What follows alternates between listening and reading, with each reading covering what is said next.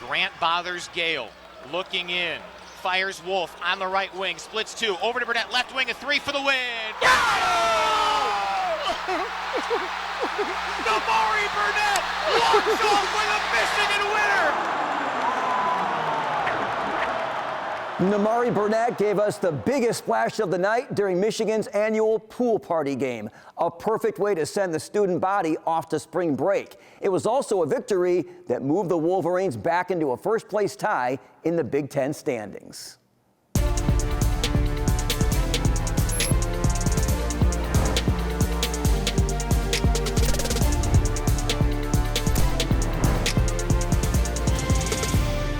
Inside Michigan Basketball is presented by Meijer. Michigan enters this homestand still in control of its destiny. Though Michigan State's buzzer-beating win last night puts the pressure on the Wolverines to keep pace. The last game was the first game our guards were going in to rebound with purpose. We're doing that again. 5 guys, we're going to dominate the defensive glass, and then as soon as we have it secured, we're not thinking about being tired, we're thinking about separating and getting a great shot in transition. Challenge every single catch, fellas. Let's not let them step into anything. Have them on their back foot. Finish possessions. Finish with all 5 guys. Let's build on the game at Nebraska where our guards were flying in and getting them. Let's go out and make sure we're the most energetic, enthusiastic team on the court for 40 minutes. Yes, sir. Our response, no matter how I'm playing, is to stay with this group. Guys, we're downsized, man. This is all we got right here. You guys know you're going to play tonight. You know you're going to have a great opportunity. Let's go out and give it all for our teammates, man. Let's go, boys. Okay. A Michigan win, and the Wolverines are back even with the Spartans atop the Big Ten standards. Gale left wing lobs it up, catch by Golden with 2 hands, flings to a driving Wolf. No miss there on the jam. Michigan grabbed an early 7-point lead. Kaysen spinning at the head of the key, shot fake, leave it for Cheddar, reverses and scores. Near side Burnett trudges into the paint, kick left wing, Cheddar a 3, and he rattles it home. Golden spinning on Oboli, he'll hook from 6 and score it again. To the left point, Burnett spots up, shoots the 3 off to the right, rebound popped up in the air, saved by Golden, jumping past Burnett, tries again from the left side, and misses it front iron, but tapped out Donaldson, right wing a 3, 3rd time's the charm. Now goes to work with a right-handed bounce, takes it right to the lane, skips one inside, Kaysen fakes and scores. Rutgers was smoking hot in the first half. Shoots up a 3, knocks it down, left side A-Cup, takes a 3, Rainmaker banks it home. The Scarlet Knights shot 68% from the field, and they led by as many as 13. Vlad Golden paced the Wolverines, scoring 17 of his game-high 22 in the opening frame. Near sideline Trey, galloping left to right, Heroes in the lane, double clutch, throw on a pass over to Vlad Golden for the jam. Michigan trailed 57-49 after 20 minutes. Cheddar, left pocket Burnett, drives in on A-Cup left baseline, spins, might have gotten away with a long bang, scores, counted the foul. Namari Burnett caught fire in the second half, scoring 9 of Michigan's first 11 points. Jumping past Bailey, slip it to Oboli, had his dunk attempt blocked by Golden, deflects to Donaldson, feed inside Gale, reverses, scores!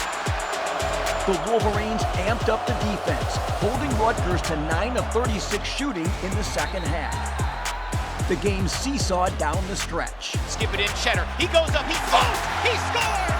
Bailey straight on against Wolf, drives right of the lane, jump stop, fades away from 8, swishes it down. With 3 seconds left, the Wolverines had the ball, trailing by 1. Grant bothers Gale, looking in, fires Wolf on the right wing, splits 2, over to Burnett, left wing, a 3 for the win. A dramatic win for the Maize and Blue, pushing them back into a first-place tie in the Big Ten. Definitely a sigh of relief. The game just wasn't going our way the entirety of the game, but we found ways to get stops and went on a run. And that shot, man, I told Danny before, I was like, if he sees me, if he finds me, hit me, I'm gonna make the shot, and I was ready for it. Man, I'm so happy for Namari. I mean, he deserves it. He's in the gym 24/7. So I mean, just for him to be able to hit that shot and enjoy that moment here, because he's been here for so long, I'm just so excited for him. We turned it on when we needed to. We made the plays we needed to. For you guys to take ownership of the group in those huddles and lay it out. Got guys sick. We got all types of stuff going on. But for you guys to take ownership of that moment, it would have been easy just to say, man, it's not our night. We missed 4 or 5 dunks. Everything's going wrong. We're missing front ends. It would have been easy, fellas, to say that's just not our night. and you guys hung with it, made play after play after play after play, and turned up the intensity, turned up, I mean, guys, very, very proud. We obviously got to play a lot better, but to see you guys come together and take ownership of that moment, it's impressive, man. It's impressive. Winning feels amazing. Like, it doesn't matter how many points you win, but especially in hard games like that, it feels a little bit more important because that's a game you want to take, and especially at home, you want to play for the crowd. You want to show everybody that you're gonna win here. How were you guys able to muster it up? Defensively, getting stops when it mattered. It was a big part of why they were out early and had the lead that they had. And when we locked in and got stops, it was hard for them to score. And we fed off that and got some easy buckets on offense. So once we lock in defensively, we can play against any team and, win almost any game. Your last 9 Big Ten wins have all been by 4 points or less. Once again, you guys pull out a close victory. This has become commonplace. Is it fun? Is it nerve-wracking? Or is it just what it is? It's life in the Big Ten. It's a little bit of both, but like you said, it's the life of the Big Ten. It's a gauntlet. And I mean, I feel like this is just preparing us for what's ahead. How fun is this Big Ten race? Oh, man. I mean, or is it more nerve-wracking? A little bit both, but as I've said it before, like, Big Ten is such a competitive league that you never, like, all the teams deserve to win. Up next, we'll chat with head coach Dusty May. Inside Michigan Basketball is presented by Meijer, proud supporter of hundreds of local sports teams across the Midwest. Rutgers 82, Michigan 81. Grant bothers Gale, looking in, fires Wolf on the right wing, splits 2, over to Burnett, left wing, a 3 for the win. Go!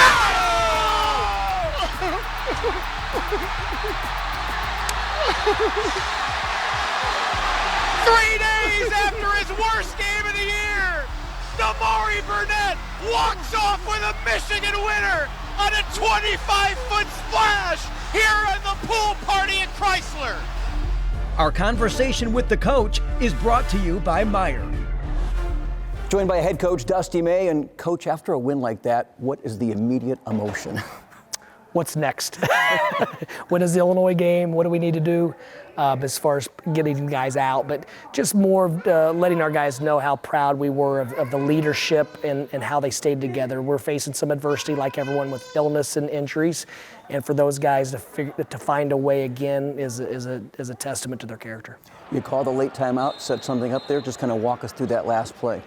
Well, we didn't really want to call a timeout. We wanted to try to go down and get into something because a team that switches defense, you're always at risk of them not knowing what they're going to be in. And so we felt like we needed to have options against a zone, a 1-3-1 zone, 2-3 zone, or man. And so we ended up just thinking we need to get it to Danny in the middle of the floor, Vlad duck in, and we'd have Nimari on the weak side for a skip. And I thought we missed our first option, and Danny made a really good play to find Nimari. I know you probably don't want to talk so much about the first half of this game, but they are on fire, shooting 68%.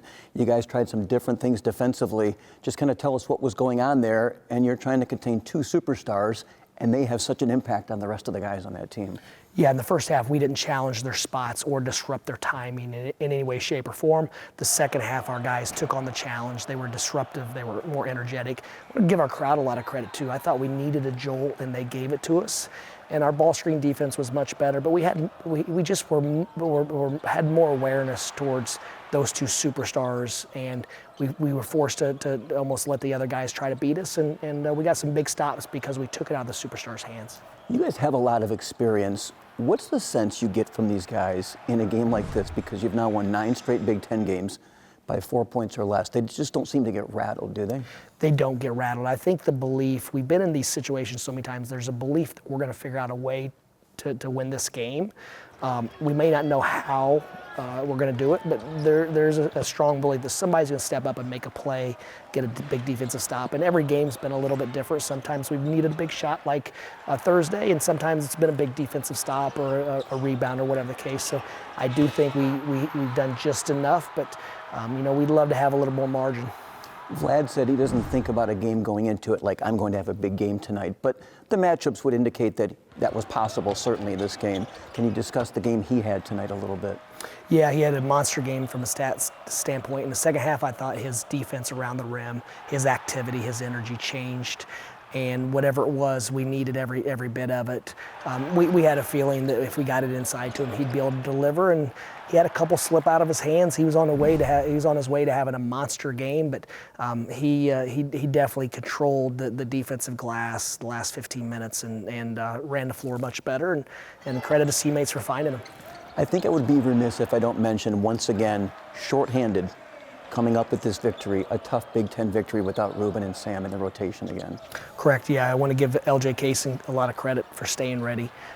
He was out of the rotation, and now he's been thrown back in, and he generated some good looks offensively that didn't drop, but I thought defensively his energy, I thought he was very disruptive. He challenged some passes and put some pressure on the basketball. So credit to him just being ready for the moment. When we come back, a Florida freshman finding his way. Welcome back. LJ Kaysen has spent his freshman season adapting to the college game. His role, whatever is required of him. It's really undefilable. You never know what they're going to need from me until I go in the game, whether it's scoring, defense. So I just try to come out and be whatever the team need me at the moment. Kaysen said he had high major offers coming out of high school, but originally committed to Florida Atlantic and followed Coach May once he took the Michigan job. I knew Dusty was a culture guy, so I expected the culture to be the same and carry on. When you come in, you look like you just give like a jolt of energy, a jolt of something. Have you always been that kind of player, and is that kind of what your goal is when you come in to kind of change the dynamic of a game?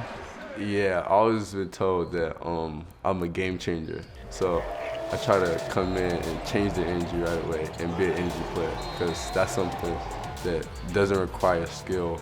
Skill, maybe not, but attitude, for sure. And that's part of the culture, being prepared at all times.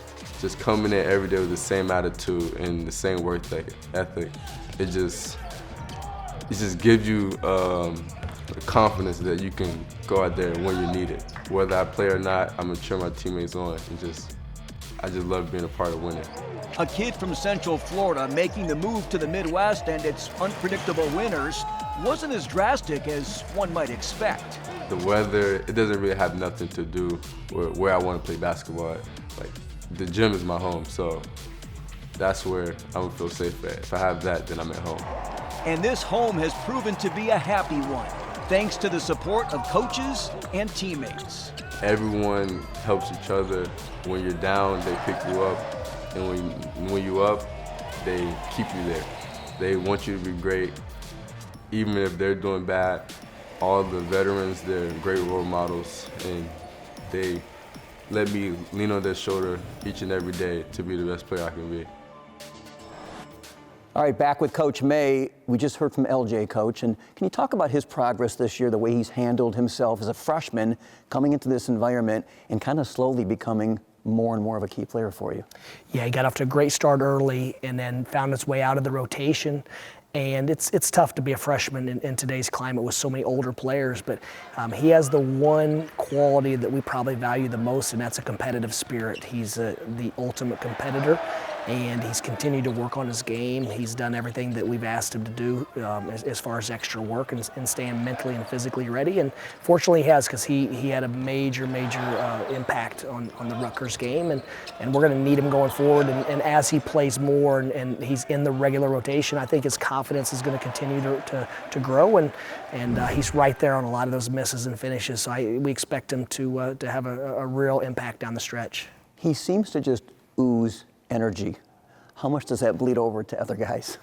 It's contagious, especially from the guard out front, because if you see him exerting that energy and effort, it's hard to relax behind him. And the other quality he really brings that we don't have is his anticipation for loose basketballs. He's a retriever. He goes and gets the basketball, and those possessions add up during the course of a season. Coach, appreciate the time. Thank you. The Wolverines started their week with a road win. That story is next. The Wolverines started their week with a Monday night battle in Lincoln, Nebraska. Hey, offensively, get them out of their shell. Last game we saw us trying to one to the top of the key, trying to play one-on-one. That's when they're in shell. Do whatever we got to do. Pass, rub cut, pass, corner cut, pass, go opposite. Let's get these guys out of the shell. They won't be near as effective. create for each other. We got to start trying to create offense for each other instead of trying to create for ourselves all the time. Let's try to create for each other. Defensively, have each other's backs, communication, doing our job, and let's make sure we're always trying to cover each other's backs, not check a box. 5 guys on the glass, almost every single possession we pause, there's 1 or 2 guys doing this instead of 5 guys attacking every single rebound. Let's put 5 guys on the glass and see if we can transition to going from an average rebounding team to an elite one, which is what we're going to need if we're going to be playing for a long, long time. We all clear? All right, hey, focus and energy for 40 minutes. Focus, no matter how it's going for you, we need focus. And we need energy for 40. And guys, we thrive in adversity. We got some sickness, we got some injuries, we got some other stuff. Every time we've had injuries, every time we've had illness, we've thrived in that adversity. We're gonna go do it again tonight, fellas. Let's stay connected for 40 minutes. Early on, Vlad Golden scored on 3 consecutive possessions. Rebound Donaldson for Michigan. Head up, lost ahead, Golden right there for a one-arm crunch. Golden has 6 straight. Michigan, its first lead. Roddy Gale Jr. started for Reuben Jones and scored 8 of his team-high 12 before the break. Right wing, here's Gale. Extra feed, right corner, Wolf dials up from deep. Yes! And a foul on the floor. Left wing Donaldson takes it into the paint, pivots, scoops, and scores over Worcester. Nice move. Nebraska's Bryce Williams single-handedly kept the Huskers in it, scoring 18 of their 21 first-half points. Michigan led by 4 halfway home in a low-scoring affair.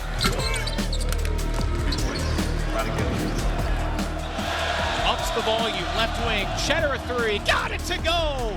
Michigan second, make it 17 tries from deep. Finds Cheddar, considers a 3, instead takes it left elbow. Now to Donaldson, wide open left wing, a 3. There it goes! 35-35, 11:45 left. On a night where points were at a premium, Michigan used a 6-0 run late in the game to go on top for good. Buries the 3! Where in the world did that come from? 40-39 U of M.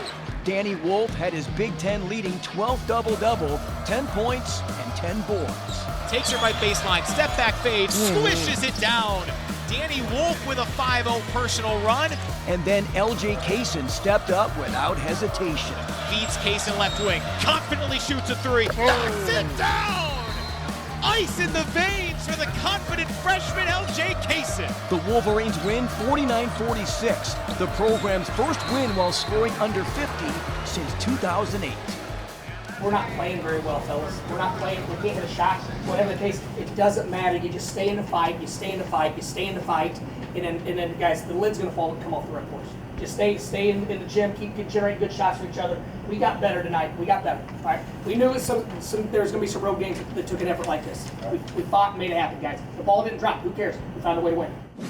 Not all college games are going to be all pretty and high scoring. You're going to have some times where there just seems like there's a lid on the rim, and we were able to group together. And if we're not hitting shots, then we got to make sure they're not hitting shots and rebounding the ball. And when we needed big shots, we had big shots. LJ hit a big shot down the stretch, and Trey and Roddy had some big free throws. And we were just able to find a way to win, and that's what the best teams do. We just got to continue to do that no matter the outcome of how we're shooting the ball or what other else is going on in the game. We just got to continue to find ways to win. Inside Michigan Basketball is presented by Meijer, proud supporter of hundreds of local sports teams across the Midwest.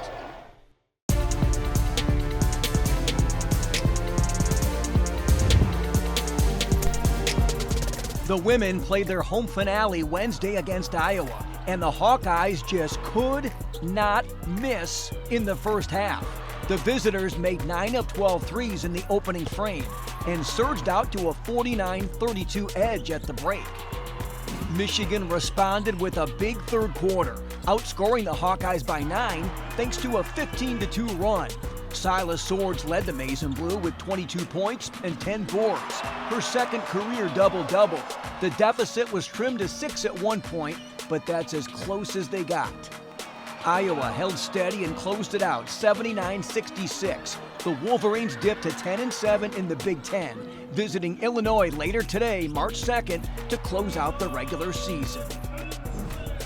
The women are off to Indianapolis this week for the Big Ten tournament. The pairings will come out later today. The men are home Wednesday against Maryland and then close the regular season Sunday at Michigan State.